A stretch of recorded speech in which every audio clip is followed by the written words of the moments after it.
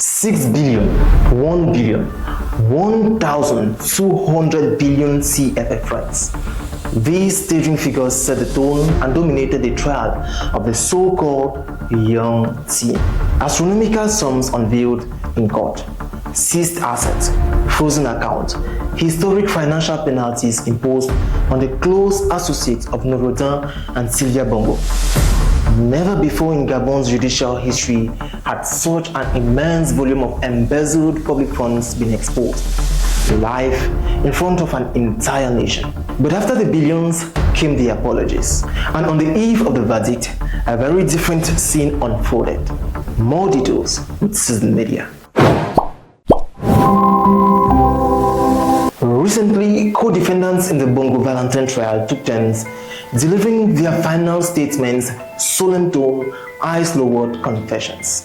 Ne sachant pas, ne m'étant pas forcément renseigné pour savoir quelles étaient les origines des fonds avant de les accepter.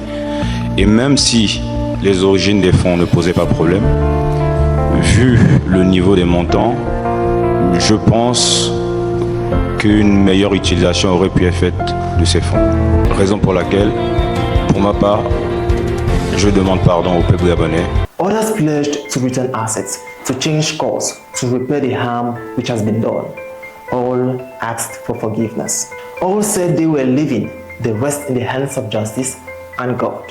And justice did not wait. At dawn, on the 18th of November 2025, the Special Criminal Court returned to the courtroom.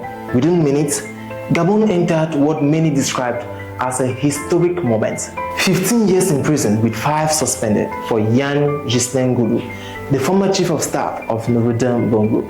15 years as well for Ouseni brothers, top cabinet personnel during the Bongo rule.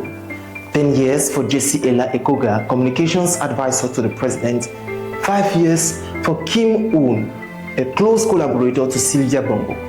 Sentences ranging from 26 months to 3 years for several other members of the young team. One acquittal, Steve Nzego Dieko, the General Secretary of the Gabonese Democratic Party.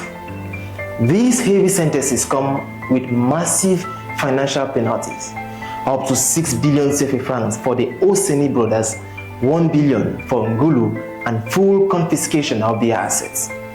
All these just days after Sylvia Bongo and her son Notre were sentenced in absentia to 20 years in prison, with the state demanding more than 1,200 billion CFA francs in damages.